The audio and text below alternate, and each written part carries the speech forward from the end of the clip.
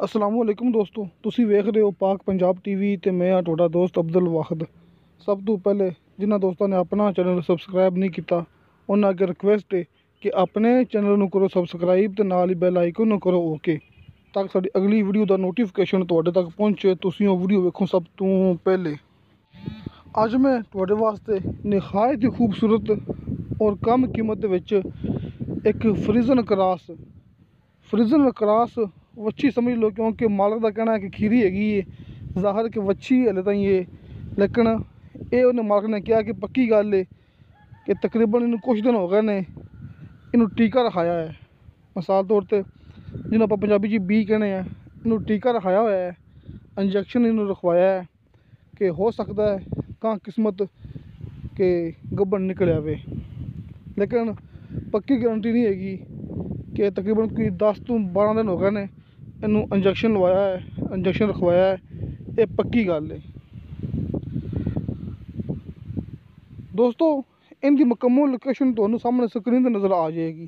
खान साहब ने आपको सेंड की है, खान साहब ने तो ज़िला गाँव का नाम सामने स्क्रीन पर नज़र आ जाएगा।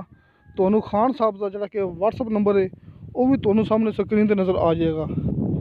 किसी तुसी दरम्यान में कोई बंदा नहीं है, किसी कोई डीलर है जो तुहानू की गां दिखा रहा है।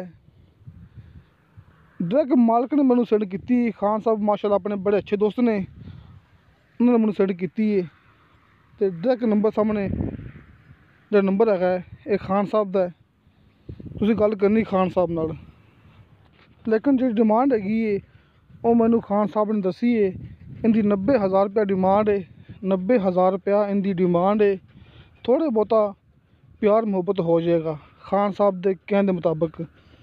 बाकी दोस्तों तुसी खान साहब के व्हाट्सअप नंबर पर या कॉल नंबर पर नाज भी रबता करना है, क्योंकि बेहतर पता है खान साहब नूं जिहड़े कि मालिक ने।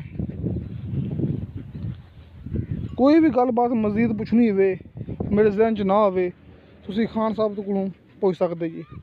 मैनूं सिर्फ इन्ना पता है कि इंजैक्शन रखवाया खान साहब ने, 90,000 की डिमांड है तो फ्रिजन क्रॉस ये वच्छी है।